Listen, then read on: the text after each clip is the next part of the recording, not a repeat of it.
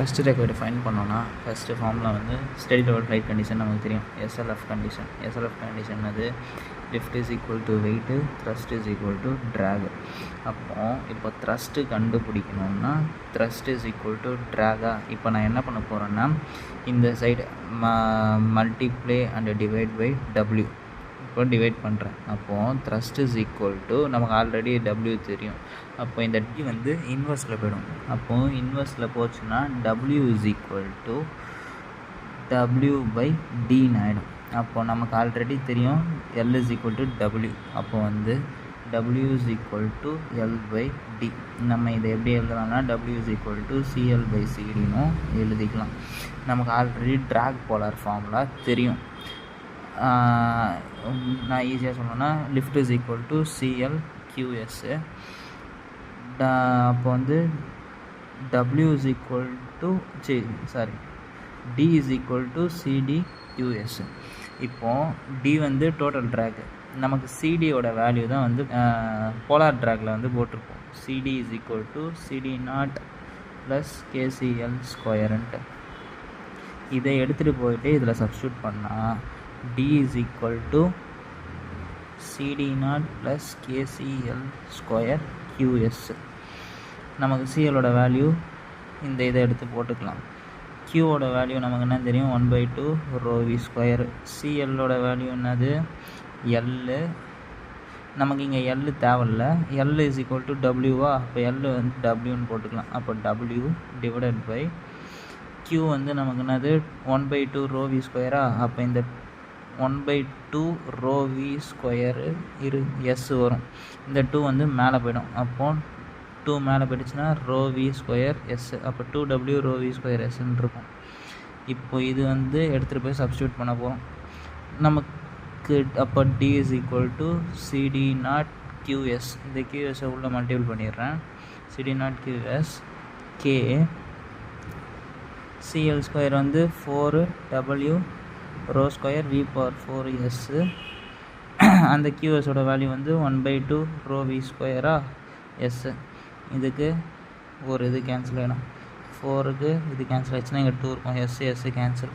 அப்போது CD not QS plus இந்த 2க்கு இது கேன்சல் ஆகிடுச்சுன்னா 2kw rho V square S. இங்கே ஸ்கொயர் இருக்கும். அப்போது நமக்கு வந்து இங்கே கியூவோட இன்வெர்ஸ் தான் இங்கே இருக்குது. அப்போ வந்து கியூவோட இன்வெர்ஸ் ஆக்கிக்கலாம். அப்போ என்ன ஆகிடும்னா CD not QS plus KW QS. இந்த இடத்துல டபிள்யூ வந்து ஸ்கொயரு, ஏன்னா அங்கே ஸ்கொயர் சிஎல் ஸ்கொயருன்றதுனால அப்போ ஸ்கொயர் ஆகிடும். கேடபிள்யூ ஸ்கொயர் அப்போ கியூஎஸ்ன்னு இருக்கா. இப்போ இந்த டபிள்யூ ஸ்கொயர் எஸ்ஸை வந்து தனியாக எடுத்துக்கிறேன். இப்போ தனியாக எடுத்துக்கிட்டால் ஆல்ரெடி என்னென்னு போட்டுக்கணும் T is equal to CD not QS plus K. S வந்து உள்ளே எடுத்துகிட்டு போகிறோன்றதுனால இங்கே ஒரு எஸ் போட்டுக்கிறோம். இங்கே டபிள்யூ ஸ்கொயரு எஸ் ஸ்கொயர். இந்த எஸ் கேன்சல் ஆகிடுச்சுன்னா இந்த இடத்துல வந்து இந்த இது அப்படியே வந்துடும். அதனால் இங்கே போட்டுக்கிறோம். அப்போ வந்து இதை நான் ப்ராக்கெட்டில் போட்டு ஹோல் ஸ்கொயர் மொத்தமாக போட்டுக்கிறேன். அப்போ இங்கே கேஎஸ்ஸு கீழே கியூ இருக்குது. அந்த கியூவை போட்டாச்சு. அப்போது நமக்கு ஆல்ரெடி என்னன்னு தெரியும் த்ரஸ்ட் இஸ் ஈக்குவல் டு ட்ராக்னு ஸ்டெடி லெவல் ஃப்ளைட் கண்டிஷனில் தெரியும். அப்போது thrust required is equal to CD dot QS plus KSQ into W by S whole square. இப்போ இந்த டி ரெக்வயர்டு இன்சைடு எடுத்துகிட்டு போயிட்டால் என்ன ஆகிடும், இந்த இடத்துல மைனஸ்க்கு போயிடுமா. அப்போ CD naught QS plus KSQ W by S square minus T required. இப்போ இந்த Q வந்து எனக்கு இது வந்து குவாட்ராட்டிக் ஃபார்மில் வரணும். அதுக்காக இந்த Qவை வந்து நான் இப்போ இந்த சைடு 0 இருக்குன்றதுனால இந்த சைடு எடுத்துகிட்டு போனால் எல்லாத்துக்கூடமே மல்டிப்ளை ஆகிடும். இது டிவைடில் இருக்குது. இல்லாட்டி என்ன பண்ணுங்கள், மல்டிப்ளை பை Q, இந்த எல்லா டேர்ம்லேயும் மல்டிப்ளை பை Q போட்டோம்னா CD not Q square S. இந்த Q இங்கே வந்துருச்சுன்னா இங்கே Qக்கு Q கேன்சல் ஆகிடும். Qக்கு Q கேன்சல் ஆகிடுமா. அப்போ என்ன இருக்கும், KS W by S square minus T required q is equal to 0. அப்போ இதை குவாட்ராட்டிக் ஃபார்மில் எப்படி வரும்? cd naught q s square minus t required q plus ks w by s square s whole square is equal to 0. நம்ம quadratic formula என்னன்னு தெரியும்? Minus B plus or minus root of B square minus 4ac divided by 2a. இப்போ இது எல்லாத்தையும் எடுத்து substitute பண்ண போகிறோம். அப்போ நமக்கு இங்கே வந்து என்னது கோஎஃபிஷியன்ட், இது வந்து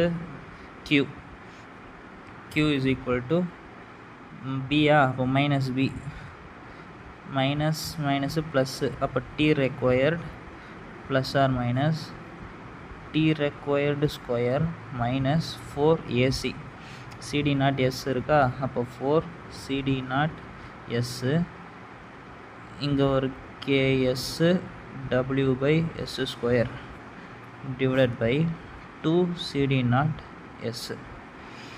இப்போ இந்த க்யூவும் வந்து இந்த சைடு கொண்டு வந்துடலாமா டிவைடில், இல்லாட்டி க்யூவோட வேல்யூவை சப்ஸ்டியூட் பண்ணிப்போம். 1/2 ரோ வி ஸ்கொயர். வி ஸ்கொயரை மட்டும் இங்கே வச்சுக்கிட்டு மிச்சம் எல்லாத்தையும் அங்கே எடுத்துகிட்டு போயிட்டா என்ன ஆகிடும்? q is equal to 1/2 rho V ஸ்கொயர்னு இருக்குன்னா V square is equal to 2க்கு 2 கேன்சல் ஆகிடும்.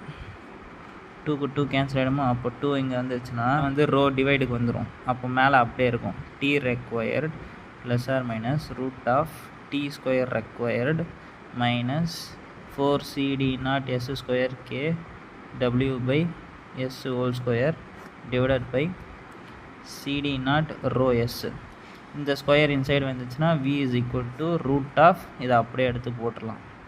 அவ்வளோதான்.